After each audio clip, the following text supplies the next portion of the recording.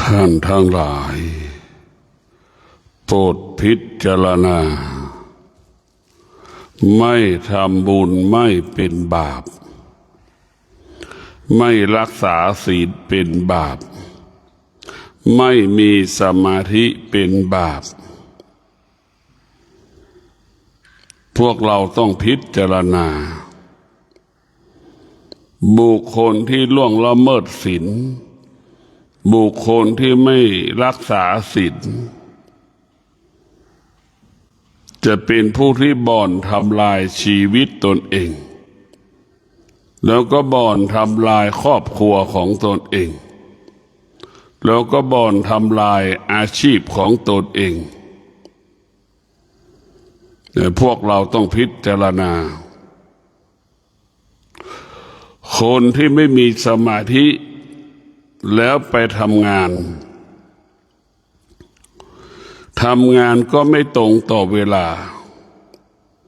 งานเสร็จออกมาแล้วงานออกมาแล้วงานก็งานไม่เรียบร้อยดี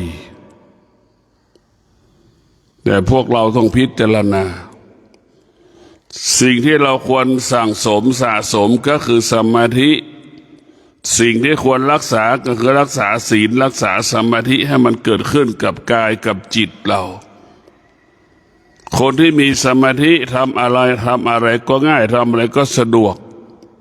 ทำอะไรก็สบายคนที่ไม่มีสมาธิทำอะไรก็ยากทำอะไรก็ลำบากเป็นภาระเป็นปัญหาไปหมดพวกเราทั้งหลายคนที่ไม่มีสมาธิ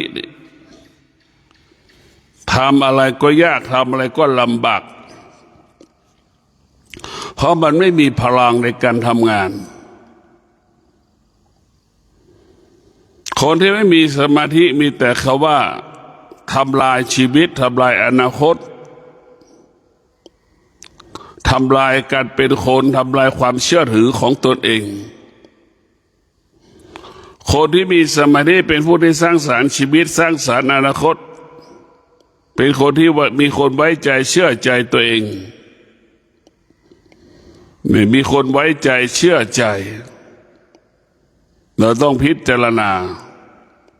ไว้ใจเชื่อใจเราต้องพิจารณาเหตุการณ์ต่างๆอย่างเรามีสมาธิเนี่ยเราทำงานเนี่ยวัสดุครุภัณฑ์ก็ไม่เสียหายการใช้วัสดุครุภัณฑ์ก็ใช้แบบสะดวกสบายคนที่ไม่มีสมาธิจะหยิบจะจับวัสดุครุภัณฑ์ต่างๆก็เกิดความเสียหายในพวกเราทั้งหลายคนที่ไม่มีสมาธิก็เหมือนคนบ้านั่นแหละหรือพิจารณาดูว่าคนบ้าลักษณะของคนบ้าเป็นลักษณะแบบไหนนึกภาพคนบ้าคนที่มีสมาธิก็เหมือนคนปกติทั่วไป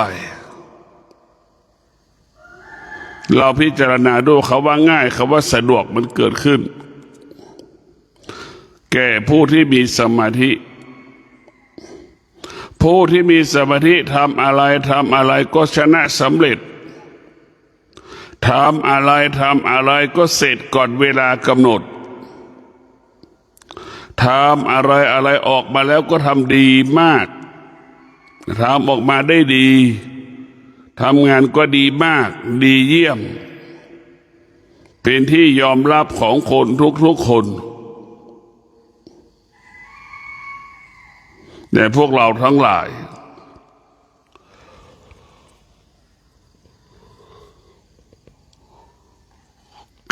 การที่เรามีสมาธิเราจะเป็นเข้าสมาธินี่จะเป็นผู้รักษาจะเป็นผู้รักษาจะเป็นผู้ส่งเสริมให้ชีวิตของเรา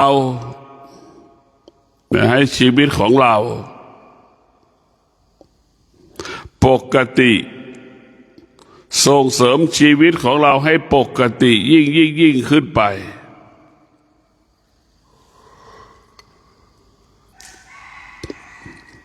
สมาธิเนี่ยมันจะเป็นรากฐานของจิตสมาธิเป็นอาหารของจิตถ้าจิตกับสมาธิมันเกิดขึ้นแล้วจิตมีสมาธิสมาธิเกิดขึ้นที่จิตแล้วคำว่ามั่นคงมันหายคำว่ามั่นคงมันเกิดความมั่นคงนั้นเกิดขึ้นกับชีวิตของเราผู้ที่มีสมาธิจะไม่หวั่นไหวผู้ที่มีสมาธิมีความมั่นคงในอาชีพหน้าที่การงานจะไม่หวั่นไหวต่อเหตุการณ์ปัญหานั้นที่มันปรากฏเกิดขึ้นคนที่มีสมาธิ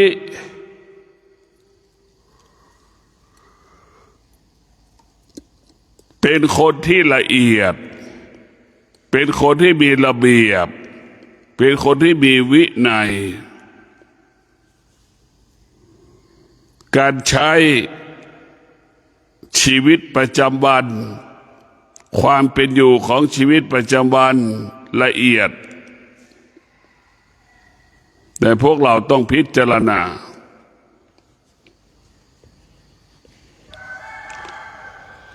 ว่าเรามีสมาธิแล้วมันจึงเป็นบ่อเกิดแห่งพลังงานและสมาธิเป็นบ่อเกิดแห่งพลังงาน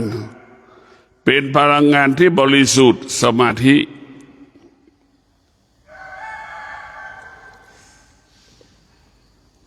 ผู้ที่มีสมาธิจะเป็นผู้ที่สร้างสรรค์และพัฒนาอาชีพของตนเอง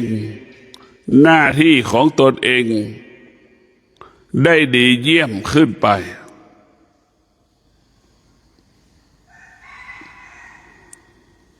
พวกเราต้องพิจารณาเรามีสมาธิ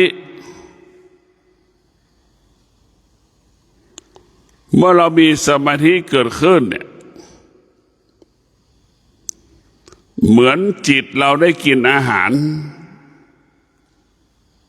ชั้นหนึ่งเพราะสมาธิเป็นอาหารของจิตจิตได้กินสมาธิจิตได้อยู่กับสมาธิจิตนั้นจะมั่นคงจิตนั้นจะไม่หวั่นไหว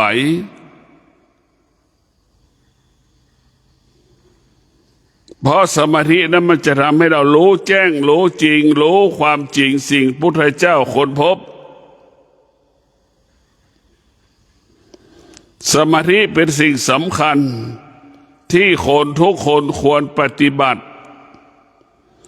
ให้สมาธิมันเกิดให้มีสมาธิอยู่กับกายกับจิต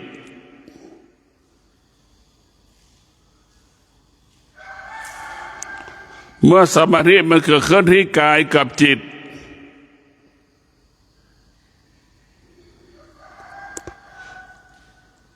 คิดก็สำเร็จพูดก็สำเร็จทำการใดก็สำเร็จ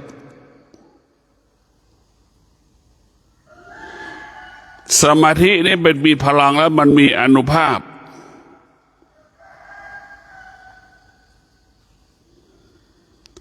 บุคคลที่มีสมาธิอยู่ที่ตา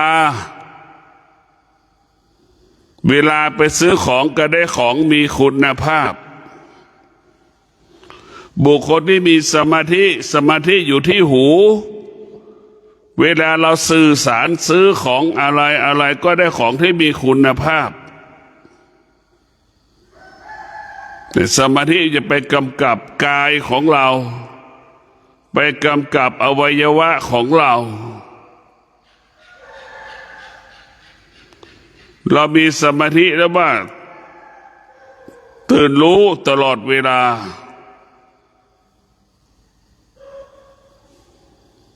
เมื่อเรามีสมาธิแล้วมันตื่นรู้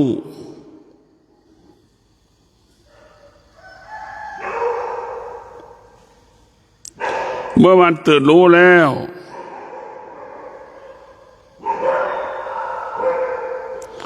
มันทำอะไรก็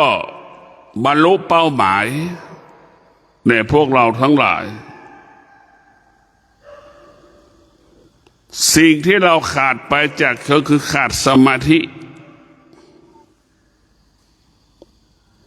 เมื่อขาดสมาธิก็ขาดความสุขเมื่อขาดสมาธิก็ขาดทุนเมื่อมีสมาธิก็มีความสุขเมื่อมีสมาธิก็มีกำไรเมื่อมีสมาธิมันก็เพิ่มทวีคูณรายได้เราจะเพิ่มทวีคูณขึ้นเรื่อยๆเรามีสมาธิพวกเราทั้งหลายมันง่ายมันสะดวกดังบุคคลที่สามารถเอาได้สอดรูเข็มนะบุคคลที่มีสมาธิจะทำอะไรก็ง่ายทำอะไรก็ละเอียดเหมือนดังบุคคลที่มีสมาธิแล้วเอาได้สอดรูเข็มครั้งเดียวก็เสร็จคนที่ไม่มีสมาธิ3-4 ครั้งยังไม่เสร็จยังไม่เข้ารูเลยได้เพราะฉะนั้นเราเห็นได้ว่าสมาธินั้นมันทำให้เราคำว่าชัดเจนมันเกิดขึ้นเรียกว่าเวลาคนที่มีสมาธิเวลาทำงานก็ใช้เวลาสั้นๆระยะเวลาที่ทำงานก็ใช้เวลาจาก10 วันมันก็เหลือ5 วันอย่างนี้เพราะสมาธิมันจะลดขั้นตอนในการทำงาน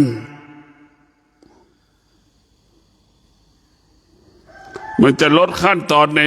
ทำงาน10 วันเหลือ5 วันพวกเราต้องพิจารณาถ้าเราเป็นพ่อค้าเราก็ได้กำไรแล้วได้กำไรถึง5 วันแล้วพวกเราทั้งหลายที่ทำงาน10 วันเหลือ5 วันนี่คือสมาธิมันจะย่นเวลาลงย่อเวลาลงแต่พวกเราต้องสร้างสมาธิการสร้างสมาธิก็คือการสร้างชีวิตใดที่มีสมาธิชีวิตนั้นจะมั่นคง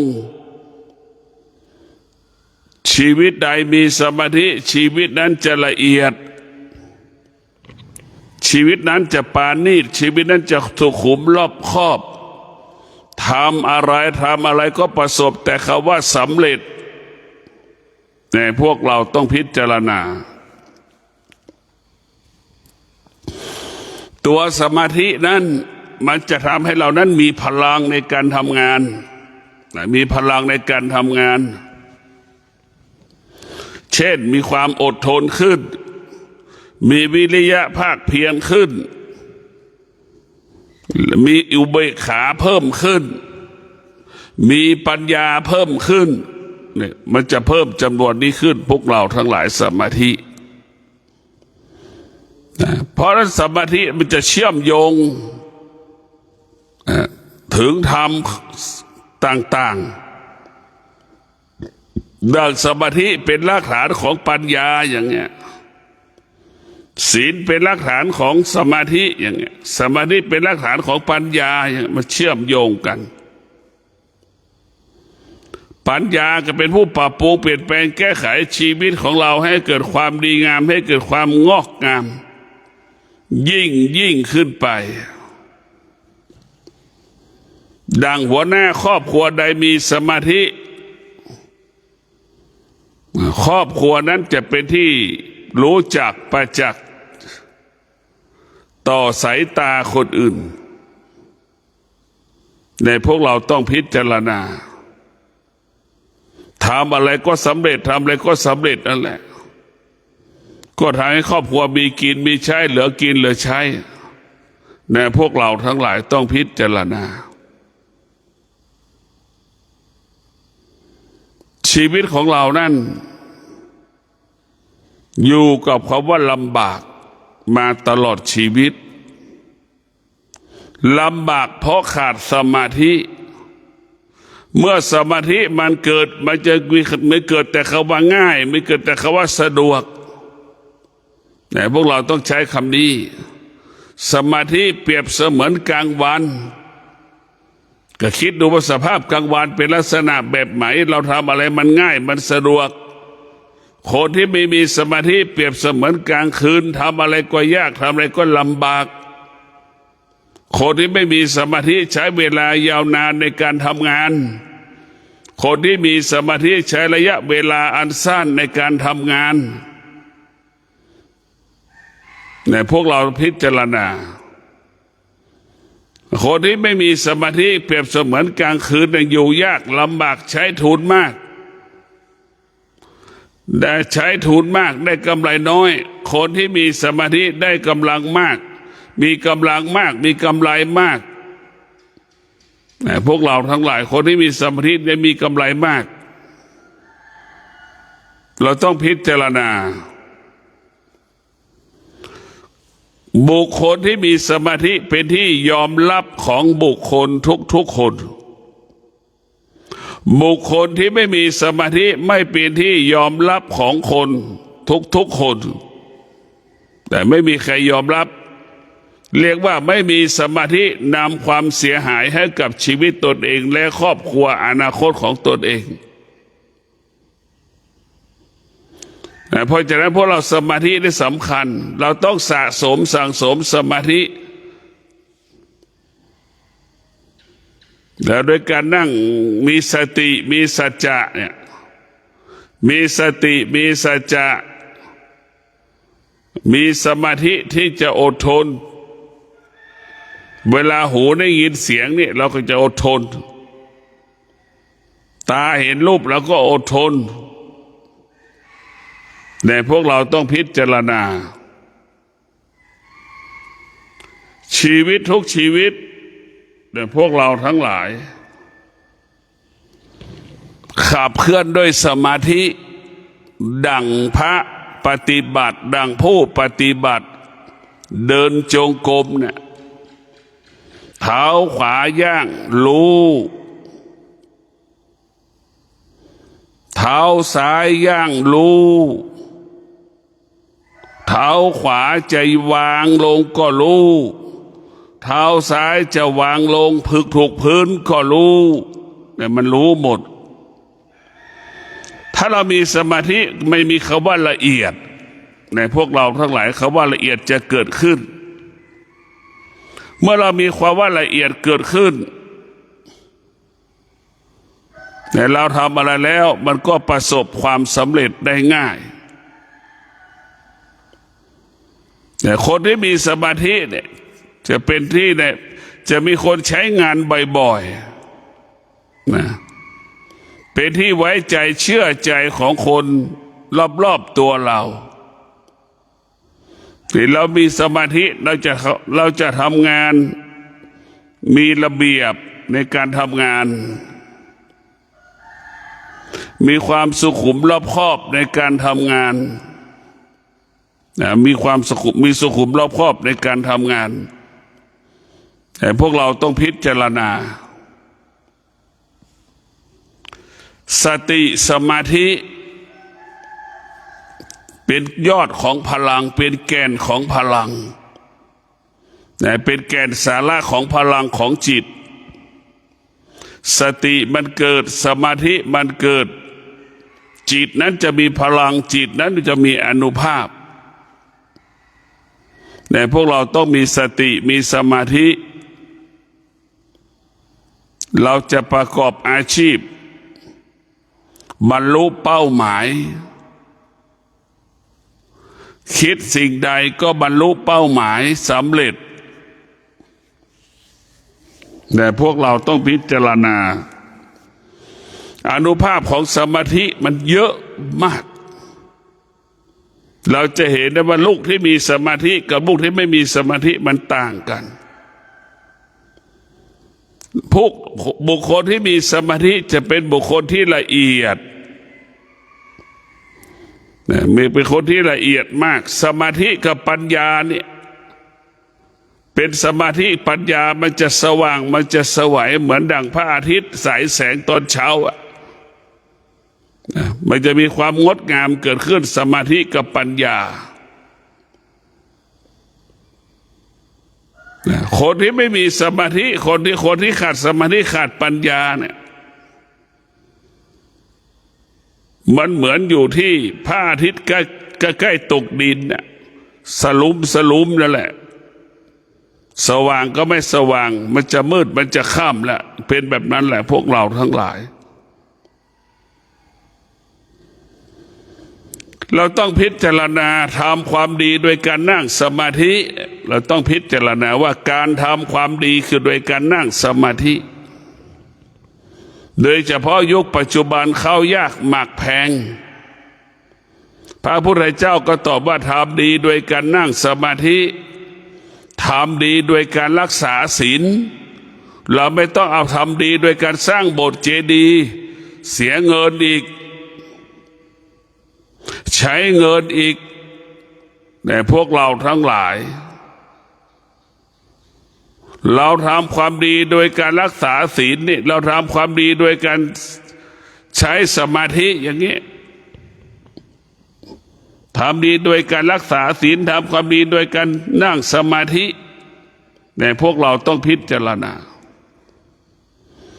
เราทำยิ่งทำก็ยิ่งได้ยิ่งทำก็ยิ่งเกิดผล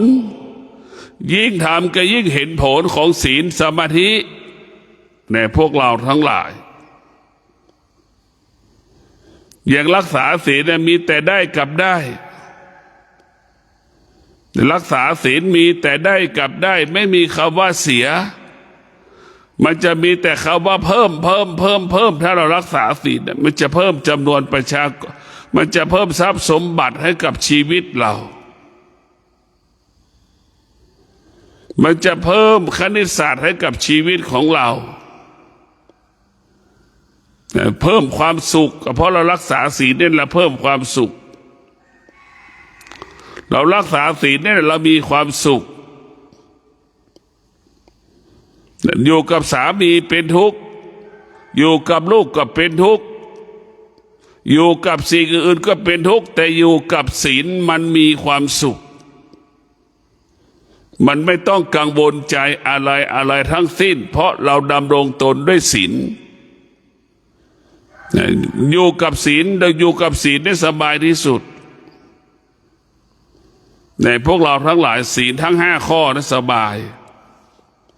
เพราะฉะนั้นศีลทั้ง5 ข้อเป็นที่พึ่งของเราเป็นคนดีได้เพราะศีลทั้ง5 ข้อเราเป็นคนไม่ดีก็เพราะศีลข้อใดข้อหนึ่งทั้ง5 ข้อน่ะทำให้เราเป็นคนไม่ดีเราจงรู้แล้วว่าศีลเนี่ยเป็นสิ่งสำคัญเป็นสิ่งจำเป็นศีลมันเป็นเปรียบเสมือนเสาเตาหม้อเหมือนเสาลัดเป็นเสาเตาหม้อนั่นแหละเป็นหรือเสาเป็นเสาคอนกรีตพวกเราทั้งหลายเป็นรากฐานมันเหมือนเสาเข็มนั่นแหละนั่นคือศีลแต่เรากลับไม่ค่อยสนใจเรื่องศีลเรากลับไปสนใจเรื่องสมาธิมากกว่าเรื่องศีลบุคคลที่มีสติจะให้ความสำคัญศีลเพราะศีลเป็นบ่อเกิดแห่งความสงบเมื่อหลักดังคำว่าคนที่รักษาศีลแล้วเวลาหนึ่งไปนั่งสมาธิความสงบเกิดขึ้นได้ง่ายนี่คืออานิสงส์ของการรักษาศีลโทษของการล่วงละเมิดศีลวันหนึ่งเราไปนั่งสมาธิความสงบมันไม่เกิดแต่ความกังวลใจเห็นความไม่ดีที่เราทำแต่เพราะฉะนั้นพวกเราต้องมีสติพิจารณาอย่าตกอยู่ใต้อำนาจความไม่ดีที่เราทำไว้ในอดีตแต่ส่วนมากเราจะตกใจเวลาเรานั่งสมาธิและเห็นสมาธิมันเกิดมันจะเห็นความไม่ดีที่เราทำไว้ในอดีตดังเราล่วงละเมิดศีล เรามานั่งสมาธิพอสมาธิมันเกิดขึ้นเราก็จะเห็นความไม่ดีของเราที่เราทำไว้ในอดีตนี่แหละพวกเราทั้งหลายต้องพิจารณา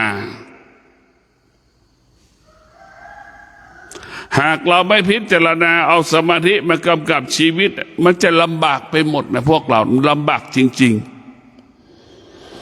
เรานึกถึงดูคนที่ไม่มีสมาธิเหมือนฝ่าเท้ามีแผลนะเดินกระยองกระแยงโดนไม่สะดวกเลยมั้ยแล้วมันจะทำอะไรประสบความสำเร็จมันยากถึงจะสำเร็จต้องใช้เวลายาวนานมันยากคนที่มีสมาธิเหมือนคนที่ใส่รองเท้านะพวกเราเหมือนเท้าที่ไม่เจ็บเดินคล่องเดินคล่องแคล่วว่องไวเห็นไหมมันจะแตกต่างกันเวลาตัดสินใจได้ก็ง่ายคนที่มีสมาธิคนไม่มีสมาธิตัดสินใจได้ก็ยากลำบากไปหมดยากลำบากไปหมดเราจะเห็นนะพ่อแม่ครูบาอาจารย์นี่พากันนั่งสมาธิก็คือเป็นการปลดเปลื้องธรรมชาติออกจากจิตแต่ปลดเปลื้องธรรมชาติออกจากจิตเพราะจิตของเราเป็นที่อุดมสมบูรณ์ด้วยธรรมชาติมันเปลี่ยนแปลงสติสมาธิของพระธรรมะของพระเจ้านี่ไม่เปลี่ยนแปลงพวกเราทั้งหลายต้องพิจารณาธรรมะมันไม่เปลี่ยนแปลงธรรมชาติมันเปลี่ยนแปลงสิ่งที่เราควรยึดถือยึดมั่นก็คือธรรมะคำสอนของพระพุทธเจ้าเนี่ยมันสิ่งที่มีคุณค่ามากที่สุดเป็นสิ่งที่มีคุณค่ามากจึงฝากให้เราได้โปรดพินิจพิจารณาว่าการมีชีวิตอยู่ด้วยสมาธิชีวิตของเราก็สวยงามด้วยสมาธิชีวิตเราก็ดีงามด้วยสมาธิสมาธิจะทำให้เราสงบรู้เหมือนพระพุทธรูปที่ตั้งอยู่ในบ้านนะบนโต๊ะบนมะหมู่นะพวกเราทั้งหลายสงบรู้แบบนั้นแหละเมื่อมันสงบรู้แล้วพวกเราต้องพิจารณามันจะรู้แต่ความจริงเท่านั้นมันจะรู้แต่ความจริงอยู่ตลอดเวลาเราต้องพิจารณาสมาธิมันเป็นรากฐานของปัญญามันเป็นรากฐานของปัญญาถ้าเรามีปัญญาแล้วสมาธิก็จะเป็นบ่อเกิดแห่งปัญญาพวกเราทั้งหลายเมื่อกายของเราจิตของเรามันมีแต่สมาธิพวกเราไม่ต้องกลัวมันกายของเรามีสมาธิงอกงามด้วยสมาธิเราไม่ต้องไปกลัวมันเพราะมันมีพลังในการดำเนินชีวิตแต่มันมีพลังมากเมื่อมันมีพลังมากแล้วมันจะแก้ไขอะไรก็ง่าย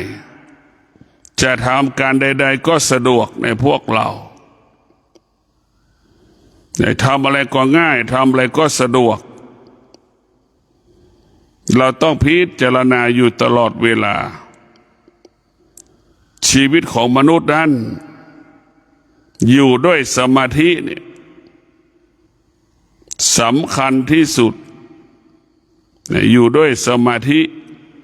สำคัญที่สุดสมาธินี่จะทำให้จิตใจเรามันสบายพวกเราทั้งหลายสมาธิจะทำเราตัวสมาธิกับตัวสติจะต้องพึ่งพากันตลอดเวลาคำว่าสติสมาธิเนี่ยจะหลับตาเนี่ยมันก็จะรู้เลยว่าเราหลับตาสติสมาธิมันให้เรารู้ว่าเรากำลังย่าง รู้ว่ากำลังเดินมันจะรู้ตลอดเวลาสติสมาธิเมื่อมีสติสมาธิเป็นผู้ไม่ประมาทมีสติสมาธิเราจะเป็นผู้ที่รู้สึกตัวอยู่ตลอดเวลาแต่มีสติมีสมาธิเรารู้สึกตัวตลอดเวลาเมื่อเรารู้สึกตัวอยู่ตลอดเวลานี่เราจะไม่หลงทางเราจะไม่หลงผิด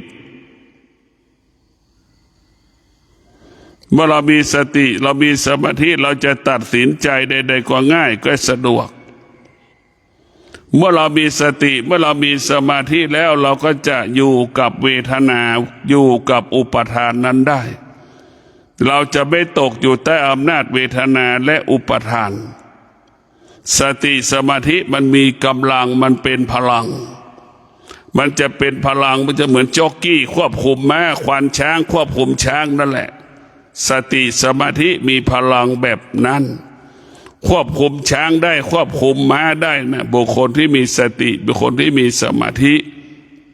ช้างก็มีพลังแต่มันก็สู้พลังแห่งสติสมาธิไม่ได้ในพวกเราทั้งหลายเราจึงควบคุมสติจะอยู่เหนือเวทนาสติจะอยู่เหนืออุปทานสติมันจะหยุดเวทนาหยุดอุปทานไม่ให้มันเกิดขึ้นเราจะไม่ละเราจะไม่ยึดติดสิ่งที่เรารู้เราเห็นสติจะไม่ให้เราเข้าไปยึดติดในเวทนาและอุปทานแต่พวกเราต้องมีสติอยู่ในความเป็นจริงสตินี่แหละเมื่อเรามีสติมันจะมีคำว่าอดทนอดทนก็คือบำเพ็ญเพียรให้จิตนั้นสงบให้จิตนั้นบรรลุธรรม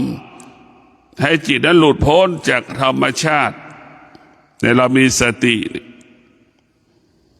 เราจะอยู่กับความสงบเป็นหลักเราจะรู้ว่าความสงบมันหายเราต้องไปเอามาให้ได้เดี๋ยวเราต้องสร้างให้ได้พวกเราต้องมีสติที่จะรักษาความรักษาความสุขมีสติที่จะรักษาความสงบมีสติเมื่อรักษาความสงบได้แล้วมันก็เกิดความสุข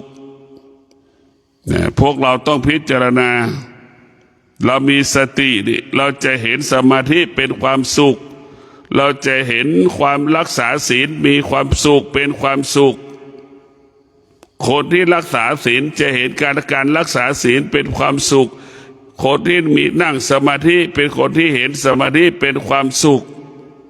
เนี่ยพวกเราต้องเข้าใจแบบนี้คนที่มีสมาธิก็จะเห็นความสุขอยู่ที่กาย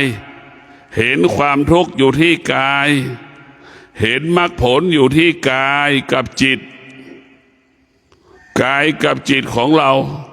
เป็นบ่อเกิดแห่งธรรมทั้งสิ้นเป็นบ่อเกิดแห่งธรรมธรรมใดๆที่เกิดจากสติสมาธิเป็นธรรมที่บริสุทธิ์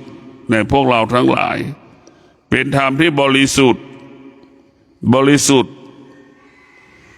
ธรรมที่มีสมาธิเป็นธรรมที่บริสุทธิ์เราต้องพิจารณาสมาธิเหมือนเรามาปฏิบัติธรรมนี่เราจะมาทำลายธรรมชาติและมาสร้างสมาธิให้มันเกิดเมื่อเรามีสมาธิเกิดขึ้นที่กายกับจิตเนี่ยเราจะซื้ออะไรก็ง่ายก็สะดวกได้ของที่มีคุณภาพเนี่ยพวกเราต้องพิจารณาว่าชีวิตของเรานั้นมันอยู่กับการเปลี่ยนแปลงไปเรื่อยๆทุกวันแต่ถ้าเรามีสมาธินี่สมาธิจะควบคุมจิตเราให้จิตเราเท่าทันการเปลี่ยนแปลงให้จิตเราเท่าทันการเปลี่ยนแปลงให้จิตเรานั้นอยู่กับการเปลี่ยนแปลงให้ได้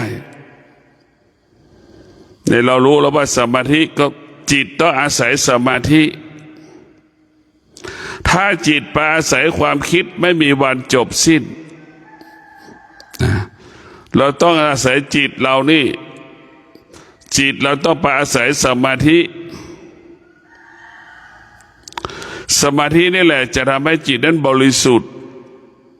เหมือนน้ำดื่มที่เราดื่มนั่นแหละมันเป็นเรื่องของความไว้ใจเชื่อใจไม่ต้องแข็งใจเหมือนเราคนมีสมาธิก็เหมือนคนที่มีเหมือนดื่มน้ำบริสุทธิ์นั่นแหละแต่พวกเราท่านคนที่ไม่มีสมาธิกังวลใจตลอดเวลาคนที่มีสมาธิเป็นคนที่ไม่กังวลใจเรื่องใดๆทั้งสิ้นคนที่มีสมาธิเป็นคนมั่นคงต่ออยู่กับปัญหาเหตุการณ์นั้นได้ดังคนไทยอยู่ในอิสราเอลเนี่ยอยู่ในปัญหาเนี่ยท่ามกลางของปัญหานั้นได้อดทนในสมาธิมันจะให้เรารู้จักการตัวเองรู้จักการจัดการตนเองเราต้องพิจารณาในพวกเราว่าสมาธิมันสำคัญคนส่วนมากจะเน้นการให้ทานมากกว่าการรักษาศีลเน้นการให้ทานมากกว่าการนั่งสมาธิเพราะคนเข้าใจว่าการทำทานนี่มันง่ายมันสะดวกแต่การทำทานนั้นพวกเราทั้งหลายกว่าจะได้เงินมา101 บาท300 400นี่เอาชีวิตไปเสี่ยงการได้มาซึ่งเงินของเรานั้นมันเรื่องยากเรื่องลำบากเนี่ยพวกเราทั้งหลายเป็นเรื่องยากเป็นเรื่องลำบากกว่าเราจะเอาเงินมาได้นั้นรักษาเงินได้นั้นลำบากจริงๆเนี่ยพวกเราเป็นเรื่องลำบากแต่พอต้องการทำความดีโดยการนั่งรักษาศีลคือการนั่งสมาธินี่ทำแล้วได้กลับได้ไม่มีคำว่าเสียใดๆเกิดขึ้นกับชีวิตของเราเนี่ยทำความดีด้วยศีลทำด้วยปัญญานี่พ่อแม่ครูบาอาจารย์สรรเสริญให้เราทำความดีด้วยกายก็คือการเอากายมานั่งสมาธิเนี่ยเราจะต้องทำดีด้วยนั่งกับสมาธิการนั่งสมาธิคือการฝึกจิตให้จิตของเราเป็นจิตผู้รู้ให้จิตเรานั้นอาศัยสติไม่ให้จิตเราไปอาศัยสิ่งอื่นๆเราจะให้จิตอาศัยสติเนี่ยพวกเราได้พิจารณาให้จิตเราอาศัยสติพวกเราทุกคนต้องมีพิจารณาว่าชีวิตของเรานั้นมันก็ไม่ยากมันก็ไม่ง่ายถ้าเรามีสติมีสมาธิเราก็จะรู้ความจริงเห็นความจริงมันความจริงจะทำให้มีพละให้เรามีพลังเนี่ยให้เรามีพลังมากขึ้นยิ่งขึ้นไปเนี่ยฝากให้เราได้พิจารณาว่าสมาธิทำให้เรามีพลังทำให้เรามีพลังมีอำนาจดังคนที่มีสมาธิแล้วไปต่อรองอะไรก็สำเร็จไปพูดกับใครก็สำเร็จแต่เพราะสมาธิมันจะมีความมันจะมีคำว่าละเอียดปาณีตสุขุมรอบคอบเกิดขึ้นในตัวมันเองเนี่ยเรามีสมาธิไปพูดไปคุยนี่เราก็ชนะสำเร็จได้ง่ายคนที่ขาดสมาธิแล้วไปพูดไปคุยแล้วไม่ประสบความสำเร็จเนี่ยพวกเราต้องพิจารณาคำสอนของพระพุทธเจ้าเนี่ยมันเป็นความจริงของชีวิตเราหมดแต่ชีวิตของเราต้องประกอบไปด้วยศีลสมาธิปัญญาเนี่ยมันจะให้เรารู้เรื่องความจริงศีลก็เป็นความจริงสมาธิก็เป็นความจริงปัญญาก็เป็นความจริงเป็นปัญญาเป็นความจริงขั้นสูงสุดสมาธิเป็นความจริงขั้นกลางสมาธิเป็นความจริงขั้นพื้นฐานศีลเป็นความจริงขั้นพื้นฐานเนี่ยพวกเราทั้งหลายศีลเป็นความจริงขั้นพื้นฐานศีลมันจะขาดไม่ได้นะมันจะขาดไม่ได้เลยเมื่อมีศีลมันก็มีสมาธิเมื่อมีสมาธิมันมีปัญญามันจะพร้อมกันหมดเมื่อเราไม่มีศีลมันก็ไม่มีสมาธิมันก็ไม่มีปัญญาเหมือนต้นไม้ที่เราเสียบเหมือนต้นไม้ที่เราปลูกแล้ว ไม่ออกดอกไม่ออกผลก็มีอีกจำนวนมากนั่นแหละเพราะเราไม่มีศีลไม่มีสมาธิปัญญาเหมือนผลไม้ต้นไม้ที่เราปลูกไม่ออกดอกออกผล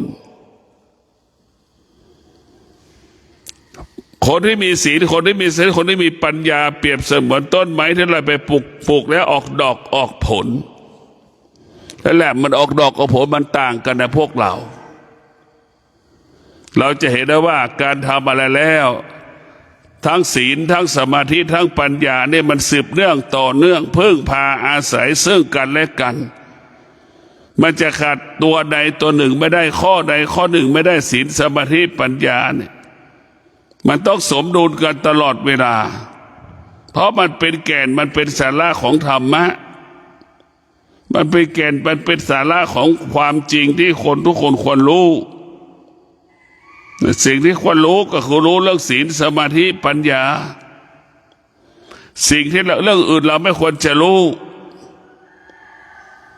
เราต้องรู้เรื่องศีลสมาธิปัญญานี่เป็นหลักเป็นสาระเมื่อเรารู้เรื่องนี้แล้วเราจะทำอะไรก็ง่ายทำอะไรก็สะดวกพวกเราต้องพิจารณาดังที่ได้กล่าวมาตลอดเวลาว่าศีลนั้นสำคัญบุคคลที่ดำรงตนด้วยศีล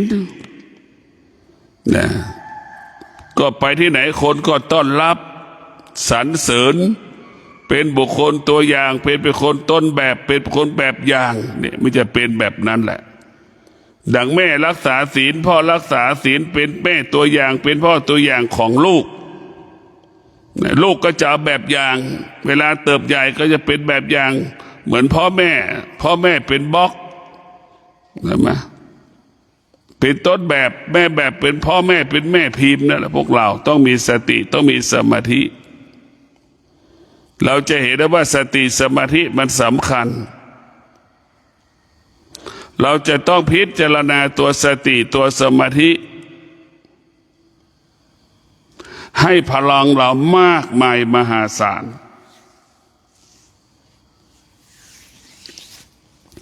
สมาธิมันจะอยู่กับความสงบคนที่มีสมาธิจะไม่อยู่กับความวุ่นวายจะเห็นความวุ่นวายนะเป็นสิ่งที่ไม่ดีเพราะฉะนั้นคนที่มีสมาธิจะอยู่กับความสงบเห็นความสงบเป็นอาหารเป็นบ้านของจิตคนที่ขาดสมาธิคนไม่มีสมาธิก็เห็นความวุ่นวายเป็นบ้านมั้งเห็นความวุ่นวายเป็นเรื่องของความสุขสนุกสนานแต่บัจจัยต้องพิจารณาการมีชีวิตอยู่แต่ละวันเราต้องมีสมาธิทุกวัน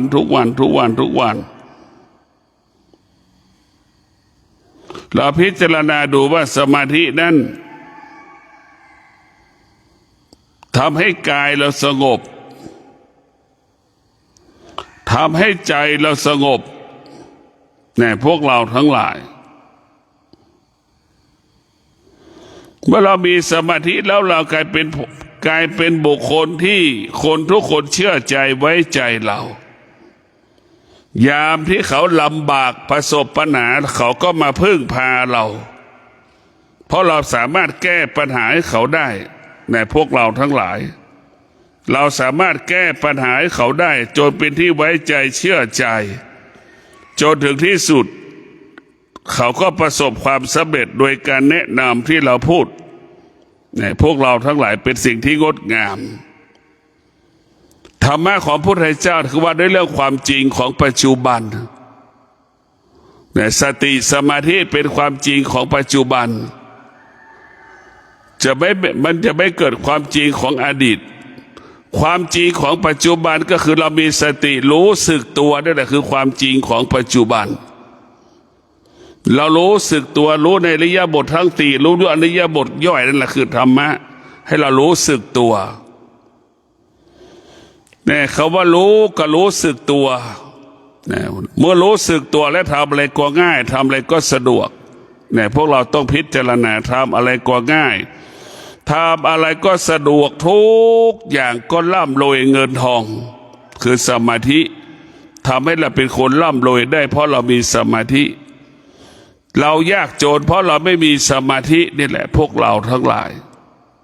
มันเป็นกฎของธรรมชาติมันเป็นแค่เรื่องเมื่อมีสมาธิมันเกิดมันจะบังคับให้เราอดทนเห็นไหมบังคับให้เราบำเพ็ญเพียรบางพันเรามีความภาคเพียรจึงเป็นบ่อเกิดแห่งทรัพย์สมบัติคนที่ไม่มีสมาธินะขี้เกียจขี้ค้านมีข้ออ้างมีข้อแก้ตัวก็เป็นคนที่อดอยากลำบากนั่นแหละพวกเราทั้งหลายเราต้องพิจารณาหลักธรรมคำสอนเราเอาไปใช้ชีวิตประจำวันทุกวันเราเอาธรรมะของพระพุทธเจ้าไปใช้ในชีวิตประจำวันทุกวันเนี่ยอย่างดังพระพุทธเจ้าบอกว่าอยู่กับปัจจุบันคือให้มีสติรู้สึกตัวนั่นแหละมันเน่ามันเหม็นก็รู้ว่าเราเห็นว่าของเน่าของเหม็นมันก็เป็นสิ่งที่ไม่เที่ยงให้เราเข้าใจอย่างนี้แต่ถ้าเราอยู่กับปัจจุบันก็อยู่กับความเป็นจริงรู้อยู่เหนือรู้เราอยู่กับปัจจุบันรู้แล้วก็ละนั่นแหละคืออยู่กับปัจจุบันละสิ่งที่เรารู้คืออยู่กับปัจจุบันรู้ไม่ตามรู้นั่นแหละเราอยู่เหนือปัจจุบันอยู่กับปัจจุบันเนี่ยเรารู้แล้วก็ละสิ่งที่เรารู้นั่นแหละอยู่เหนือปัจจุบันอยู่กับปัจจุบันแต่พวกเราต้องพิจารณาตลอดเวลาคำว่าสมาธินั้นมีพลังและมีอานุภาพเป็นดังรากฐานของตึกนั่นแหละคือสมาธิจะเป็นรากฐานของจิตใจเราก็ขอความสุขสวัสดีจงเกิดแก่ท่านทั้งหลายมีสติในการดำเนินชีวิตมีสติในการประกอบอาชีพมีสติรู้สึกตัวเมื่อเรารู้สึกตัวแล้วพวกเราทั้งหลายทำอะไรก็ประสบแต่คำว่าสำเร็จขอเจริญพร